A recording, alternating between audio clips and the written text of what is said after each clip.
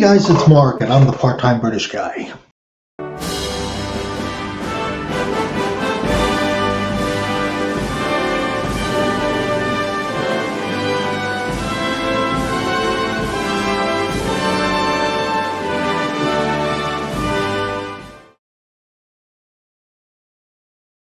Okay, one of the things that you may or may not know about me is I'm helping write a book about an American who joins the RAF during World War II. And in doing the research, there's a lot of history that gets fallen through the cracks. And as an American, I like Dunkirk. Let's just pop into this. Dunkirk. The only thing I really knew about Dunkirk was it was somewhere during the start of World War II. The British get pushed to the town of Dunkirk. Their back is against the sea, and there was a mass exodus to get these men out. That's it. That's all I know. But in fact, let's just jump right into this. There were some things that we have to know. Okay, first of all, the operation to rescue these men was referred to as Operation Dynamo.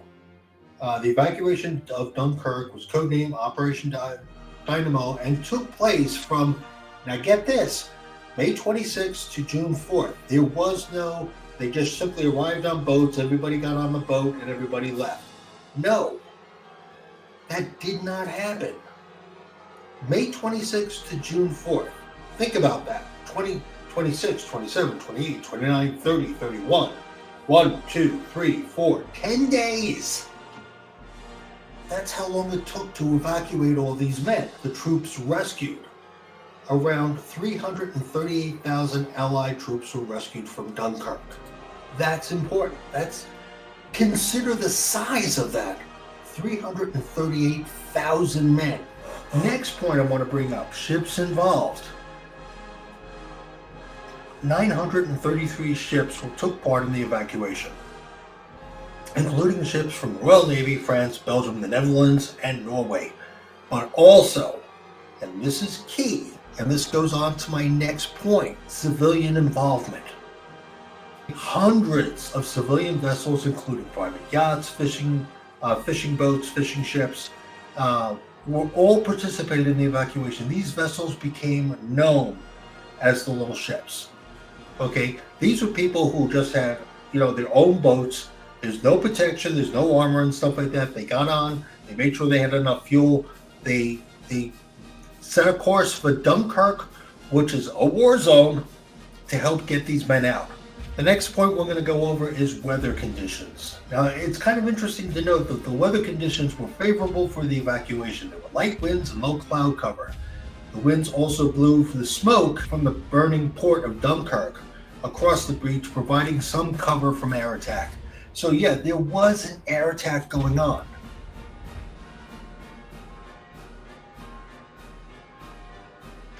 Losses. During the Battle of Dunkirk in World War II, it is estimated between 11,000 British troops were killed and more than 50,000 were unable to escape the continent. So, I don't know if we have an exact number or not. They say that it's somewhere around 61,774 French and British soldiers were killed, wounded, or captured. Consider that of the 338,226 troops that were evacuated, some 61,000 of them were killed, wounded, or captured. And I don't think they have an exact number. Kind of sort of to speculation. Now, I'm no war historian, and I realize that. Okay, but Hitler did have a role in Dunkirk. He ordered the halt of his panzer divisions. The reason for this decision is very much a dispute, but his generals were concerned about possible Allied counterattacks. The Luftwaffe commander Hermann Goering insisted that the air attack could prevent an evacuation, and it is entirely possible that Hitler believed that the British would be more likely to negotiate if he showed them clemency. So all those factors kind of have to be considered but ultimately I don't think we're going to know for certain. Just like in the movie Dunkirk, the Germans did drop leaflets calling for surrender. Again, another thing not known. On the eve of Operation Dynamo, it was a national day of prayer. King George VI declared a national day of prayer, in which he himself attended a special service at Westminster Abbey. So again, things that kind of fell through the cracks, may not have fallen through the cracks for the people in the UK, maybe not have fallen through the cracks of the people in Europe. Okay, but here in the United States, it was just kind of like you watched the World War II movie and you're like, okay, the British and German didn't have aircraft carriers. And I know that to be wrong simply because of the research that I've been doing. But of all the World War II movies that my father had me watch growing up, I never once saw a British aircraft carrier. It's just like, okay, the British fought the Germans, but they never fought the Japanese. And again, I know that to be wrong. It's interesting to be able to do these videos. I like presenting the information, but it's also disheartening simply because it's kind of like, whoa, I had no idea. And just the way I'm learning how the character in our story is acclimating himself to life during the war in England. I mean, they're not just blackout days or blackout, blacking out the windows and stuff like that. But it's just a situation that also, like the street lights in England, weren't used. So I found that to be really, really interesting. But it's also like with Dunkirk, you've got this fleet of little ships. You've got people in fishing boats. You've got people in yachts. You got people in whatever they can go and they would fill them up with as many soldiers. Okay, 338,000.